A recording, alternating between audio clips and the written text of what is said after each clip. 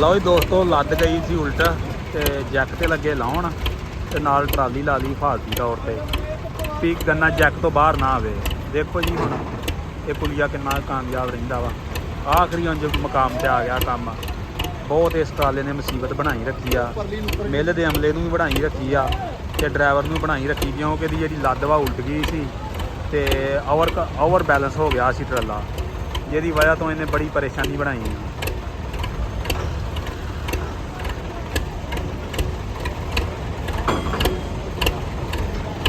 ਤਾਰਾਂ ਡੇ ਜੀ ਖੋਲਣ।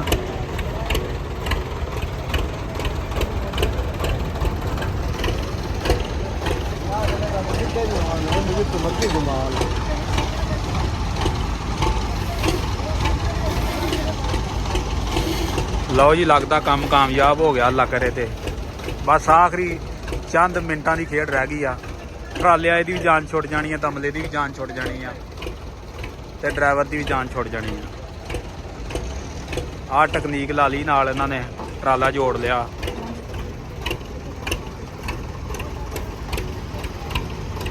ਬਾਕੀ ਅਨਲੋਡਿੰਗ ਹੁੰਦੀ ਤੁਹਾਨੂੰ ਦਿਖਾਲਦੇ ਆ ਇਹਦੀ।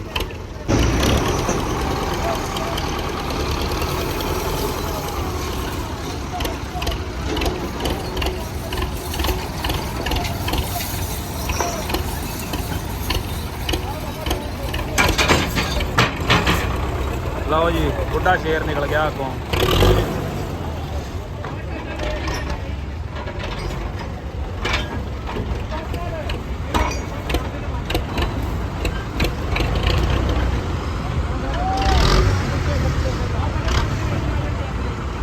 ਬਸ ਜੀ, ਹੁਣ ਚੰਦ ਮਿੰਟਾਂ ਦੀ ਖੇਡ ਆ।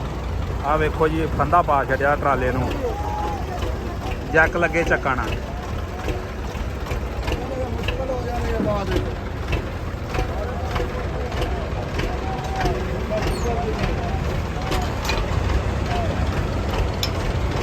ਪਰਲੀ ਸਾਈਡ ਤੋਂ ਜਾ ਕੇ ਇਹਦੀ ਅਨਲੋਡਿੰਗ ਹੁੰਦੀ ਤੁਹਾਨੂੰ ਦਿਖਾਲਦੇ ਆ।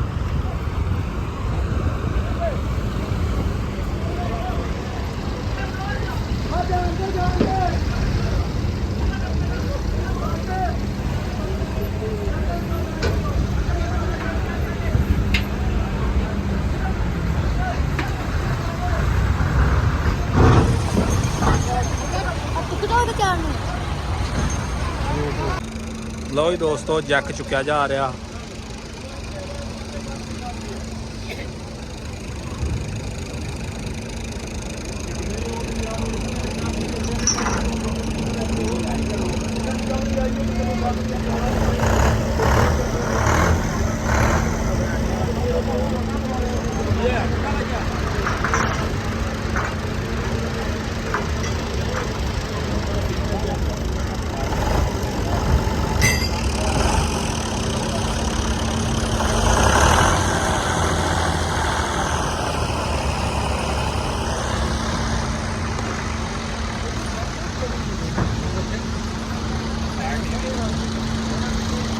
ਚਾਚਾ ਕਿੰਨਾ ਕੁ ਹੋਊ ਗੰਨਾ?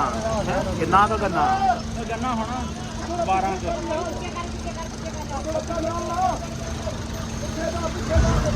ਉਧਰੋਂ ਜਾਓ, ਉਧਰੋਂ ਸਹੀ ਵੀਊ ਹੋਣਾ। ਕਿੱਧਰੋਂ? ਉਹ ਦੂਸਰੀ ਸਾਈਡ।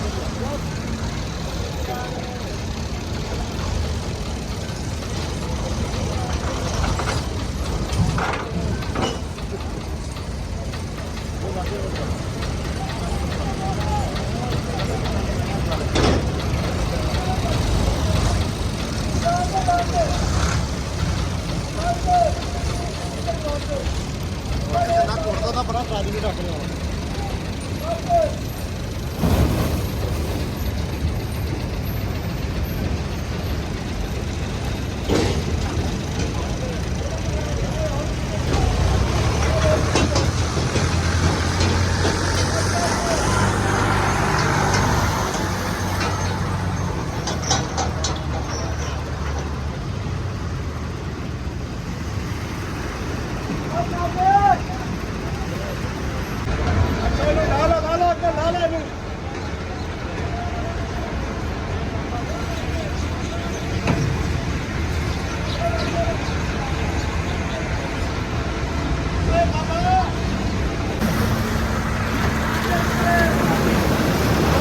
ਲਓ ਜੀ, ਅੱਲਾ ਦੀ ਸਪੋਰਟ।